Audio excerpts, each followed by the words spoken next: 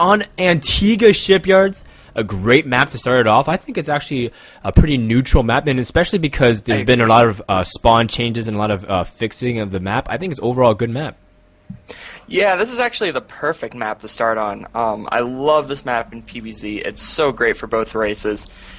It always tends to turn into at least a 3-base macro game because your first 3 bases are so easy to take, and the gold bases are so hard to take, but they're so worth it that you just see so many amazing fights for that Xel'Naga Watchtower, trying to get the high ground, trying to protect your eventual gold base.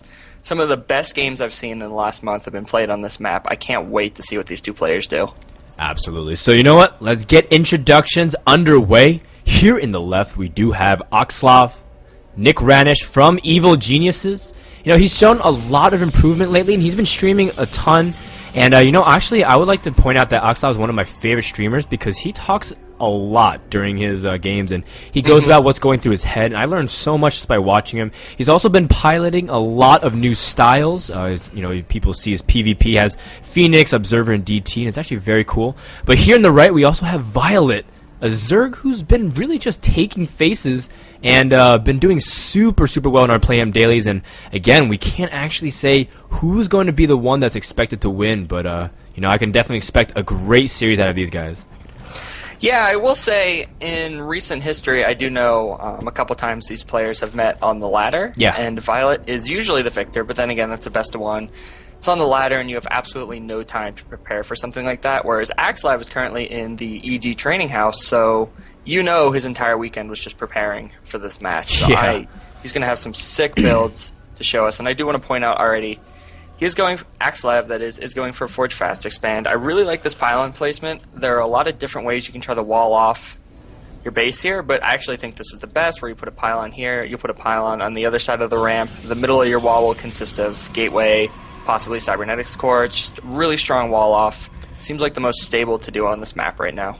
Yeah, just because, again, the ramp is a little bit wider than most natural ramps at this point, especially a map like Shakur, so having that pylon added to that wall will ensure your security, especially if Zerg goes for, you know, anything a little bit early pool that's kind of cheesy, but we'll see that viOlet is doing none of that. He is keeping one drone on gas, a very common thing for Zergs to do nowadays, just to have that insurance gas, and for the most part, viOlet still trying to get up his economy, but I like that he's also sending a drone at the bottom of his natural just to fend off that probe, but he's not dropping expansion anytime soon. Yeah, that's always nice. You know, you make EGAxslav micro a little more than he wanted to. It probably won't at this level of play, but you never know. It might make the Protoss slip up a little bit in his main when he's trying to keep that probe alive. Also, deny scouting. He doesn't know exactly what's coming, exactly when this hatchery is going to fall. Although I do want to point out viOlet is playing super standard right now. This is a best-of-7 series, so I don't expect to see anything too crazy out of these guys in the first game. Yeah, and so it looks like EGAxslav is going to just wall off here, and exactly what you said, Bonk, just going to resume to a normal game. And he is grabbing double gases, so he is going to start, you know, trying to harvest as much gas so he can try to tech up really quickly. Meanwhile, viOlet, did he see anything that's going on? No, in fact, he doesn't even see anything going on at the natural, but he can assume as much as soon as his Overlord scouts nothing in the main. He'll probably expect immediately a fast expand and then react from there. Yeah, he actually just poked out to the Watchtower. He can assume this is a fast expand. This is a fast expand map. What was more important to viOlet was getting rid of that probe as soon as possible. He didn't want any pesky cannon rushes coming, so he poked out to the Watchtower, didn't see the probe, went back home, and managed to catch it in the top corner of his natural. Yeah, so you know, a very systematic opening from both players. Neither player really trying to do anything too different. Keep in mind that these players have met several times throughout the Playhem tournaments as well, and I believe viOlet has been the one coming out ahead slightly. So you know, EGAxslav. Sorry to interrupt you. We have a lot of Ling streaming across the map right now. We may be going for some really early pressure here. Ooh, yeah, and the Zealot barely gets in there, and looks like he might get there just in time. But oh no, EGAxslav lets a lot of Zerglings in. Now, this is not game ending by any means, but that's just going to be annoying for a long time, Bonk. You're a Protoss player. You know the struggles when you have several Zerglings in your mineral line. Yeah, this is so bad, and that's actually a huge amount of Zerglings. The worst thing is EGAxslav had that blocked off with his probe. If he had just kept that probe on hold position, he would have been able... None of those Lings would have gotten into his base. Instead, though, he moved it back and tried to complete his wall off with a pylon, enabling these Zerglings to fly in. He's going to clean up most of them, so they're not doing a game-ending amount of damage, but anything this early is just devastating for the Protoss, and you can see it's already reflected in the supply counts right now. Yeah, it just hurts a lot because EGAxslav, he's committing his wall, his zealots to the Zerglings, and as a result, he's not able to really use his minerals wisely. He's been, using his minerals to replenish the zealots as well as probes, and he can't really do anything else with it. You can see his chrono boost is already racking up to 100, and now he's finally spending again, just being pulled back and forth. Now, EGAxslav is just simply, a little bit behind right now. He's gonna be playing on the back end for a while. viOlet, in response, though, I mean, he's getting a layer. He's actually not going for a fast third hatchery either, and he's doing a lot of cost-effective harassing and poking with these Zerglings here.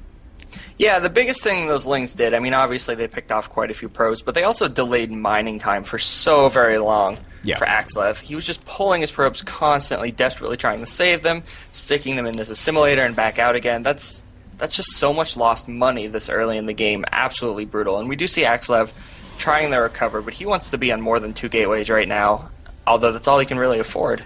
Yeah, and it's interesting to say that viOlet's not following it with necessarily a lot of econ. He's actually following it with 4 gases and a layer. And is he going to throw down either a Spire or Infestation Pit? Those are 2 very, very powerful things. But no, he's throwing down a Hydralisk Den very, very quickly, and that's actually very unconventional here, especially because, Hydras on a cross-map spawns like this take forever to get there, so probably expect some form of aggressive Nidus play too. Yeah, this is actually really interesting. I would have expected Spire out of him. I was actually going to say before the Hydra Den came down that we were going to see Spire, because it's so common for viOlet. He loves to go Spire on these fast expand maps, but he's going to go for this Hydra play. I think he's going to have to do some sort of either Nidus Swarm or drop. I also love this out of EGAxslav, pushing out with 2 Zealots across the map. This, I mean, it's coming a little late because of the pressure in his main, but if he had sent that at the right time, he would have gotten a great scout off. Instead, though, actually get picked off in the middle by a ton of Lings. Yeah, I mean, he does have +1. Keep that in mind. So EGAxslav Zealots are that much more efficient against the Zerglings. Now, he didn't actually get to see anything really. In fact, he's been playing in the dark for the most part. If he saw these Hydras, he would have been, absolutely been prepared for all of these things. He's getting a Starport, which is not actually what you want to do at all. That is pretty much one of the worst scenarios you could do, other than go, I don't know, mass sentries against Hydras or something. But viOlet is grabbing his 3rd hatchery. And, he's going to be pretty aggressive here. He's not even kind of go for a drop. He's just going to have these Hydras march across the map here. Yeah, I'm so surprised by this. I mean, I think it's going to work, but I still don't like it. I would still much rather see some sort of Nidus or drop play with these Hydras. EGAxslav has a decent amount of sentries. 4 sentries with full energy. He can defend his ramp for quite a while, but that's actually all he has right now. So as soon as those Hydras break through, this is pretty much over.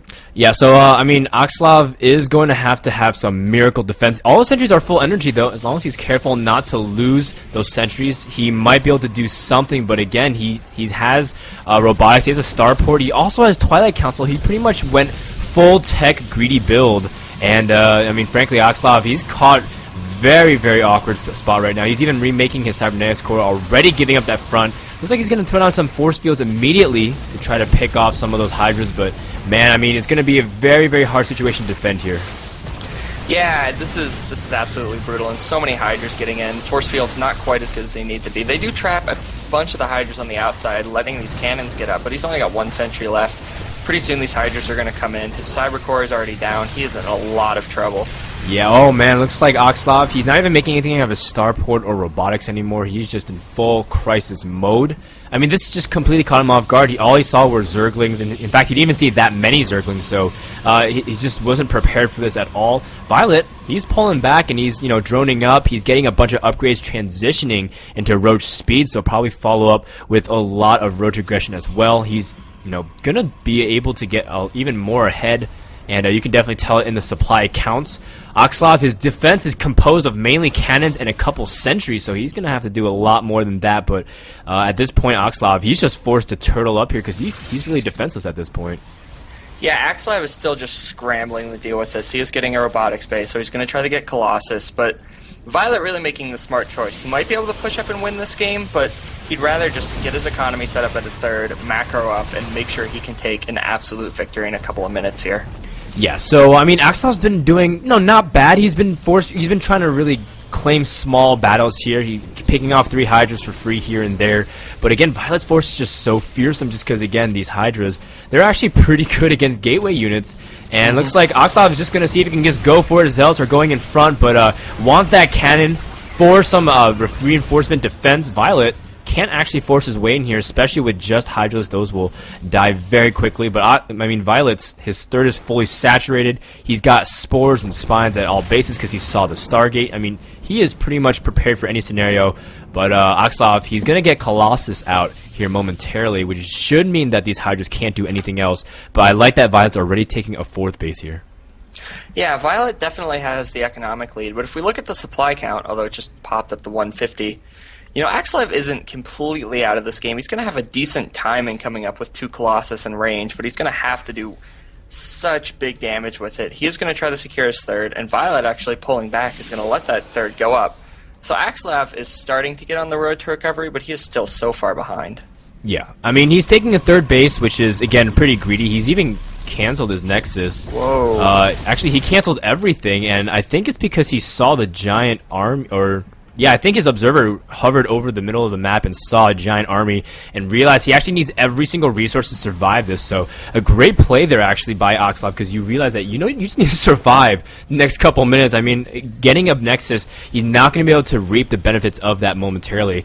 Now, it's interesting, though, again, because I want to point back that EGAxslav hasn't used his Stargate at all. In fact, haven't seen anything, so it's wasted resources. He's in just full crisis mode. Thermal Lance will finish just in time for this push. He does have a decent number of force fields, enough to survive a couple waves, but I mean, Bonk, this is going to be a very fearsome push. It's a Max Zerg army here.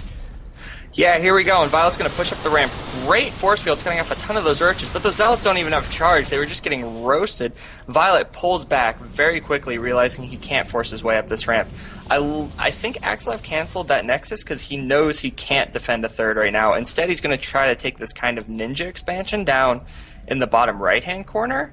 But we see viOlet is already scouting for that. viOlet knows how far ahead he is. He's just kind of waiting to get his high-tech units out, getting his infestation pit down. EGAxslav now going for a 3rd, also getting a Dark Shrine, but man, this is just... I don't see any way EGAxslav can move out at this point in the game. Yeah, you know, EGAxslav is going to have to do a huge turtle type style, which, you know, a lot of players actually really... sometimes overreact to that. A lot of players, when they see a turtling Protoss, they feel like, you know, they need to make something happen. But I like that viOlet's just slowly taking over the map, finally getting his creep to that watchtower, which will allow his reinforcements that much easier. He's already transitioning to Corruptors and getting a hive, so he is going to be sitting nice and pretty. And, you know, he's also been getting upgrades as well. So he's, you know, not terribly in a bad position. EGAxslav is going for +3. He's getting a War Prism, which is actually really smart as well. You need to try to do something harassed to keep the Zerg on their toes. We actually have DTs down here, and viOlet's 4th here, doing a ton of damage, killing all these Spine Crawlers. Here comes the Overseer now, though, so we'll be able to clean that up. But this is how EGAxslav has to come back. He has to slowly start doing harassment with Dark Templar. He has to take out expansions, take out drones, and just delay the Zerg from getting that overwhelming amount of economy. He does take out that hatchery. That's absolutely huge right now. Yeah, so looks like the DTs do enough damage. That's a great point, Bonk, is you need to try to keep Zerg on their toes and just try to make sure that they can't leave you know, their base too long. And look at this, EGAxslav is going for a fleet beacon. So it looks like he wants to incorporate a mothership into his army, which would of course bolster the effects significantly, especially if EGAxslav is able to really build up that huge death ball. Now viOlet, though, looks like he is maxed and ready to go. He is making a greater Spire, but he is going to get really aggressive here. Can EGAxslav hold his position here, Bonk?